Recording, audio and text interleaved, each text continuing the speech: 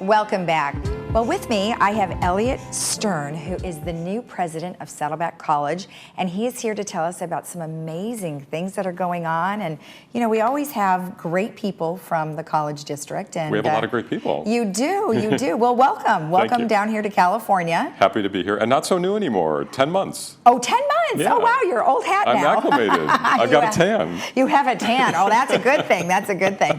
Well, before we go into what's going on at Saddleback, tell me just a little bit about yourself. Sure. I have a bit of an unusual background, not unusual these days for millennials and for some of our students. I had a first career as a physician attorney. I'm a physician and an attorney, and I did medical litigation, health law for 7 years. Kind of burned out on it, very adversarial process. Went back to doing something that I thought would be fun, which was teaching in a community college. And not only was it fun, but I got the bite and just could never leave. So, okay. What did you teach at the college? I taught biology. Oh, not no at Saddleback, but this is up in Seattle. Yeah, before. Okay. And then moved up in the ranks as an administrator and was most recently a vice president up at a college in Kirkland, Washington, just outside of Seattle. Fantastic. Yeah. Wow. Well, that's nice that you have such a varied background. You can speak to all different areas. Sometimes. Okay. All right, good. So tell me what's happening over there. Lots is happening. I think, you know, I've been on a listening tour for the last 10 months, but we're already starting to move some things, and I think people were ready to move some things along before I got there, so it's a great place to be. Saddleback is a great place. Every place I go in our community, I hear stories. You know, we were chatting before we went on about your experience at Saddleback. I was at Costco just last week, and the person who checked my receipt on the way out, she saw I was wearing a Saddleback sweatshirt, and she said, "Oh, my son's at Saddleback." And everybody has these great stories about their experiences at Saddleback. So it's such a great place to be. And what we want to do is just make sure we're leveraging that and make sure we're getting ready for the future. You know, right now we still have a beautiful campus. We're improving that campus. But we also want to make sure that we're building a virtual campus to prepare for those 30% of our students that are online. We offer programs like Emeritus Institute and Community Ed at almost 50 centers. We want to make sure we're always expanding and ready to be in the next area where the population is available. Right, and we do have a lot of people that take full advantage of the Emeritus program. We love that. Yes, they really do. So, infrastructure. There's been a lot of changes. Yeah. So tell me about some of those changes. So I think the biggest changes are probably yet to come.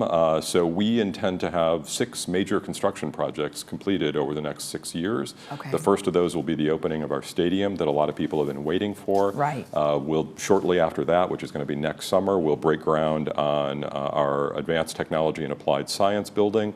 After that, we will, shortly after that, just a few months later, we'll break ground on our new student onboarding center called Gateway. Gateway will look more like an Apple store than a DMV office. It will. Oh, that's a good thing. we think so. The students think so too. But we want to be able to move into the next era and be ready for students in a student-centered building, and I think that'll do it. And then 3 more buildings in quick succession over the next 3 years. That's a lot. That's a lot in 6 years. Yes. So when is the opening, do you think, of the stadium? Oh, definitely summer. We will definitely open in summer, and we probably will plan a launch. We're hoping for opening day next fall. Now, how are some of the things that you guys are doing at Saddleback differ from some of the other colleges around here? Mostly junior colleges. That's a good question. I would point to a couple things. One, I think our focus isn't just on the 18 to 21-year-olds.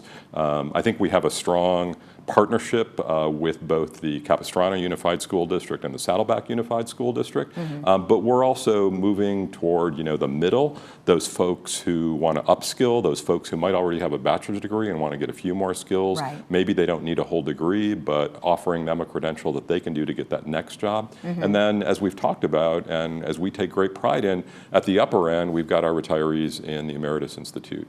That's, you know, 6,000 students for us out of our 26,000 students, and that means a lot. It is a lot. And we're really happy to be, you know, part of the spectrum everywhere where people are in their own life journey. That's important to us. The other thing I think we want to do is focus online, because more and more students want to take classes online. And we think there's a lot of choices out there, and we support students in wherever they want to go. But many of those choices are very expensive. They don't have high return on investment. And we know we're the best bargain in town at $46 a unit. So we want to make sure we can offer all those programs online. Exactly. And is it been difficult for you to get teachers to accommodate that many students? Actually, no. I think we've been really fortunate. First of all, we have probably the most amazing faculty I've ever met, having been at 4 different community colleges in my career. But I think our teachers are moving toward online, if not fully online, then hybrid, where they want to meet to develop that relationship with the student, but still do much of the theory work online.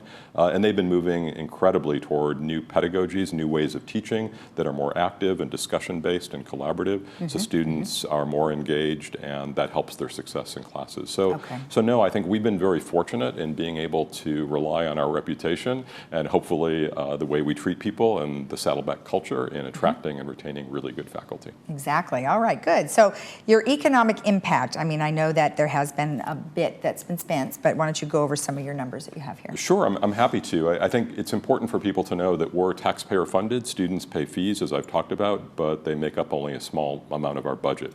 For the most part, we are taxpayer funded, and we're very grateful to the taxpayers for that. But we think it's very important to think about us as offering a return on investment for tax dollars. Right. So the easiest number to think about is for every $1 that's invested in us, we return $2.60 to the economy. I think that's a really important statistic for people to know as a taxpayer. And you and I are both taxpayers, and we care about that, right? Right. That means that we're improving the income stream of the people who come to us. They're going to pay taxes. They're going to shop at local stores and pay taxes, and all of that comes back to the economy. And the return is quite high. The other thing that I would say is that as we play a role in meeting the needs of the workforce, we want to not just be reactive, but be proactive. So I'm a big fan of an economist by the name of Richard Florida, and Richard Florida says that colleges can actually lead economic development, not just follow it, but lead it. So as we think about new things that we want to offer and new areas where we want to prepare students for the workforce, that means that our community might be able to attract new businesses to our community. And South Orange County needs that. You know, there's good development happening up in Irvine and in the environs of Irvine, but we would like to see more of that developing happening on the south end of Orange County as well. Well, I know there's been a few rebuilds and remodels of some of the dealerships that are in the area right down the way from you guys. So hopefully maybe some newer businesses might come along, because there seems like there's space. Absolutely. So, absolutely. And we want to be part of that. Absolutely. Good for you. Okay, new program development. Other than your online stuff, you've got a couple of other things you guys are doing. Sure. Again, I think, you know, looking ahead at where the economy is going and where our local economy is going, we want to be one step ahead of that and preparing people for those careers of the future. So if you think about what's happening in your own life with everything becoming much more automated, you know, part of that is with so much of manufacturing going to robotics, we want to make sure there's people who can support and service those robotics. That's a whole field called mechatronics that we want to prepare people for. Okay, so do you already have that in place? So we have some classes that are related to that, but we want to build out a whole program in it, a whole credential in it. So you would literally have the robotic systems in place there? Exactly right. Wow. Exactly right. Another area, we do some medical supply manufacturing in South Orange County. We want to be able to attract more of that, so we want to be able to develop a whole medical device manufacturing program based, again, on our existing advanced manufacturing program, but expanding it out. Some of this manufacturing is done under microscopes. It's done under sterile conditions or extremely clean conditions, and we have to prepare students for that. If you think about our region, you think about healthcare and retail, and what they have in common that people don't realize is data analytics. So much of our healthcare, so much of our retail experiences is being informed by data now. There have to be people who can do the analysis and work that forward. We just had somebody on yesterday that we talked a lot about analysis of clinical trials.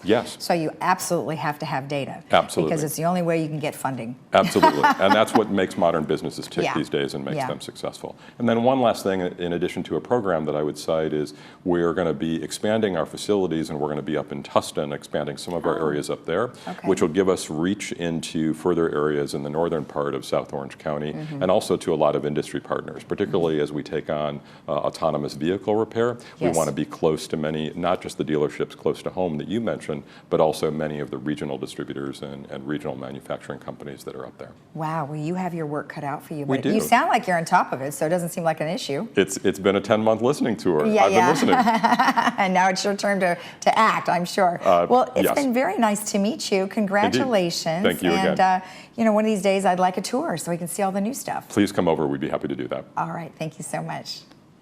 And if you want any more information about what we've just discussed, you can always go to saddleback.edu to learn more about all of the things that he said, as well as some of the new programs. We love that plug.